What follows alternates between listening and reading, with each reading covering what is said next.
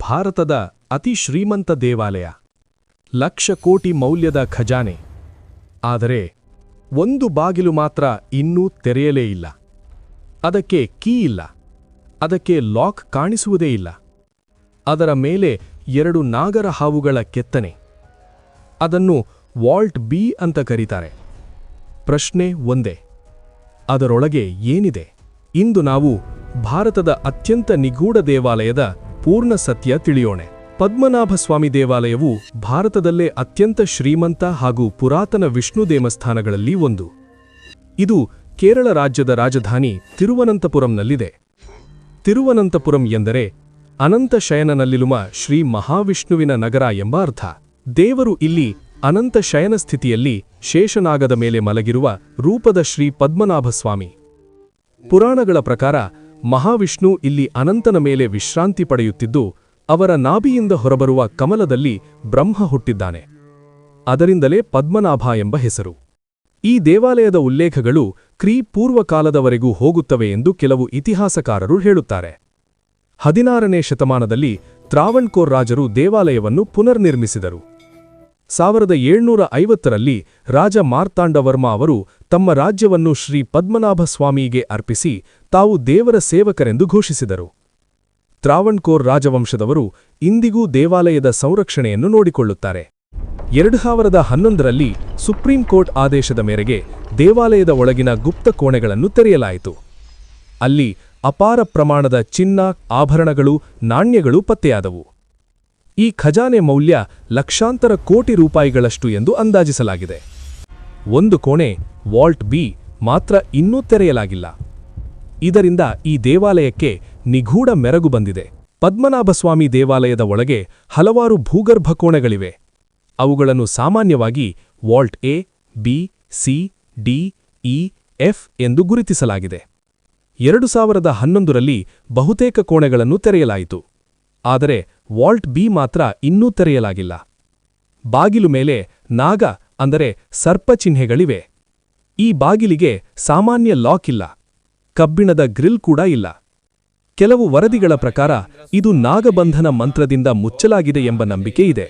ಸ್ಥಳೀಯ ಪುರೋಹಿತರು ಮತ್ತು ಭಕ್ತರ ಪ್ರಕಾರ ಇದನ್ನು ದೇವರ ಆದೇಶವಿಲ್ಲದೆ ತೆರೆಯಬಾರದು, ತಪ್ಪಾಗಿ ತೆರೆಯುವುದರಿಂದ ಅಪಶಕುನ ಆಗಬಹುದು ಎಂಬ ಭಾವನೆಯಿದೆ. ಹಳೆಯ ಕಾಲದಲ್ಲಿ ತೆರೆಯಲು ಪ್ರಯತ್ನಿಸಿದವರು ಅನಿಷ್ಟ ಅನುಭವಿಸಿದ್ದಾರೆ ಎಂಬ ಕಥೆಗಳು ಪ್ರಸಾರದಲ್ಲಿವೆ. ಆದರೆ ಅಧಿಕೃತ ಸಾಕ್ಷ್ಯ ಇಲ್ಲ. 2011ರಲ್ಲಿ ಸುಪ್ರೀಂ ಕೋರ್ಟ್ ಮೇಲ್ವಿಚಾರಣೆಯಲ್ಲಿ ಪರಿಶೀಲನೆ ನಡೆಯಿತು. ವಾಲ್ಟ್ ಎನಲ್ಲಿ ಅಪಾರ ಸಂಪತ್ತು ಪತ್ತೆಯಾಯಿತು. ಆದರೆ ವಾಲ್ಟ್ ಬಿ ತೆರೆಯುವ ಬಗ್ಗೆ ವಿವಾದ ಉಂಟಾಯಿತು. ನಂತರ ಕೋರ್ಟ್ ಹಾಗೂ ತ್ರಾವಣ್ಕೋರ್ ರಾಜಕುಟುಂಬದ ನಡುವೆ ಚರ್ಚೆಗಳಾದವು. ಇಂದಿಗೂ ವಾಲ್ಟ್ ಬಿ ಅಧಿಕೃತವಾಗಿ ತೆರೆಯಲ್ಪಟ್ಟಿಲ್ಲ.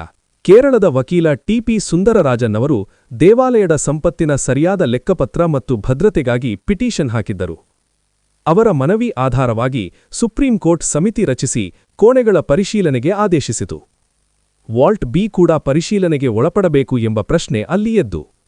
ಆದರೆ ತ್ರಾವಣ್ಕೋರ್ ರಾಜಕುಟುಂಬ ಮತ್ತು ದೇವಾಲಯದ ಪುರೋಹಿತರು ವಾಲ್ಟ್ ಬಿ ಪವಿತ್ರ ಕೋಣೆ ಎಂದು ಹೇಳಿದರು. ಪರಂಪರೆ ಮತ್ತು ಧಾರ್ಮಿಕ ನಂಬಿಕೆಗಳ ಕಾರಣದಿಂದ ಅದನ್ನು ತೆರೆಯಬಾರದು ಎಂದು ವಿರೋಧಿಸಿದರು.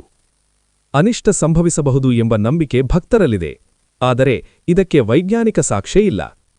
2020ರಲ್ಲಿ ಸುಪ್ರೀಂ ಕೋರ್ಟ್ ತೀರ್ಪು ನೀಡಿ ದೇವಾಲಯದ ಆಡಳಿತವನ್ನು ಮತ್ತೆ ತ್ರಾವಣ್ಕೋರ್ ರಾಜಕುಟುಂಬಕ್ಕೆ ಒಪ್ಪಿಸಿತು. ವಾಲ್ಟ್ ಬಿ ತೆರೆಯುವ ಬಗ್ಗೆ ತಕ್ಷಣದ ಆದೇಶ ನೀಡಿಲ್ಲ. ಭದ್ರತೆ ಮತ್ತು ಪರಂಪರೆಯನ್ನು ಗೌರವಿಸುವಂತೆ ಸೂಚಿಸಿತು.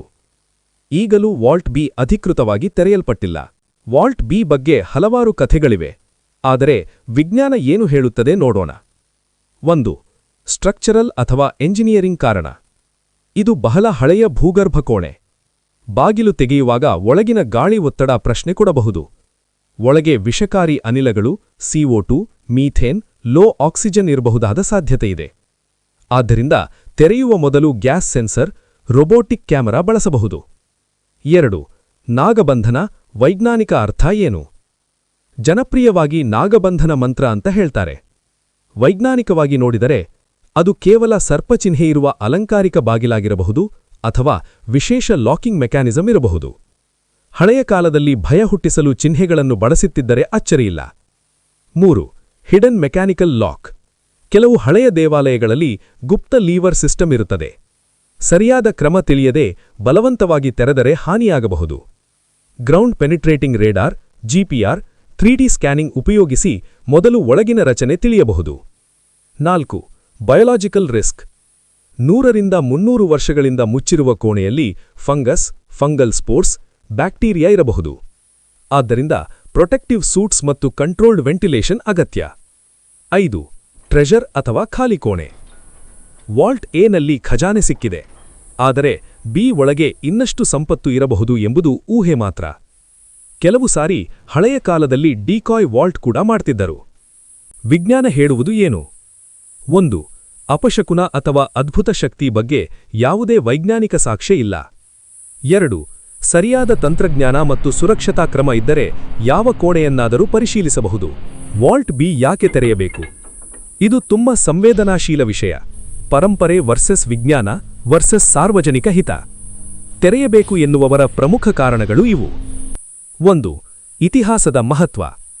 ಒಳಗೆ ಅಪರೂಪದ ಶಾಸನಗಳು, ಹಳೆಯ ನಾಣ್ಯಗಳು, ರಾಜವಂಶದ ದಾಖಲೆಗಳು ಇರಬಹುದು. ಅದು ದಕ್ಷಿಣ ಭಾರತದ ಇತಿಹಾಸಕ್ಕೆ ಹೊಸ ಬೆಳಕು ನೀಡಬಹುದು. 2. ಸಾರ್ವಜನಿಕ ಧಾರ್ಮಿಕ ಆಸ್ತಿ ಪ್ರಶ್ನೆ. ದೇವಾಲಯದ ಖಜಾನೆ ಸಾರ್ವಜನಿಕ ಧಾರ್ಮಿಕ ಆಸ್ತಿ ಎಂದು ಕೆಲವರು ವಾದಿಸುತ್ತಾರೆ. ಅದರ ಸಂಪೂರ್ಣ ಲೆಕ್ಕಪತ್ರ ತಿಳಿದಿರಬೇಕು ಎಂದು ಪಿಟಿಷನ್ ಹಾಕಲಾಗಿದೆ. 3. ಭದ್ರತೆ. ಒಳಗೆ ಅಮೂಲ್ಯ ವಸ್ತುಗಳಿದ್ದರೆ ಸರಿಯಾದ ಸಂರಕ್ಷಣೆ ಅಗತ್ಯ. ಮುಚ್ಚಿದ ಸ್ಥಿತಿಯಲ್ಲಿ ಹಾನಿಯಾಗುವ ಸಾಧ್ಯತೆಯಿದ್ದರೆ ಪರಿಶೀಲನೆ ಮಾಡಬೇಕು. 4. ವೈಜ್ಞಾನಿಕ ಕುತೂಹಲ. ಅಪಶಕುನ ಎಂಬ ಭಯದಿಂದ ಬದಲು ತಂತ್ರಜ್ಞಾನದಿಂದ ಪರಿಶೀಲಿಸಬಹುದು. ರೊಬೋಟಿಕ್ ಕ್ಯಾಮೆರಾ, ಸ್ಕ್ಯಾನಿಂಗ್ ಉಪಕರಣಗಳಿಂದ ಮೊದಲು ಒಳಗಿನ ಸ್ಥಿತಿ ನೋಡಬಹುದು. ಕೊನೆ ಮಾತು: ತೆರೆಯಬೇಕಾ ಬೇಡವಾ? ಇದು ಕೇವಲ ಖಜಾನೆ ವಿಷಯವಲ್ಲ. ಇದು ನಂಬಿಕೆ, ಲಾ, ಇತಿಹಾಸ ಮೂರಿಗೂ ಸಂಬಂಧಪಟ್ಟ ಪ್ರಶ್ನೆ. ಪವಿತ್ರತೆ ಕಾಪಾಡಬೇಕಾ ಅಥವಾ ಸತ್ಯ ತಿಳಿಯಬೇಕಾ? ನೀವು ಯಾವ ಕಡೆ ನಿಂತಿದ್ದೀರಾ? ಕಮೆಂಟಲ್ಲಿ ತಿಳಿಸಿ.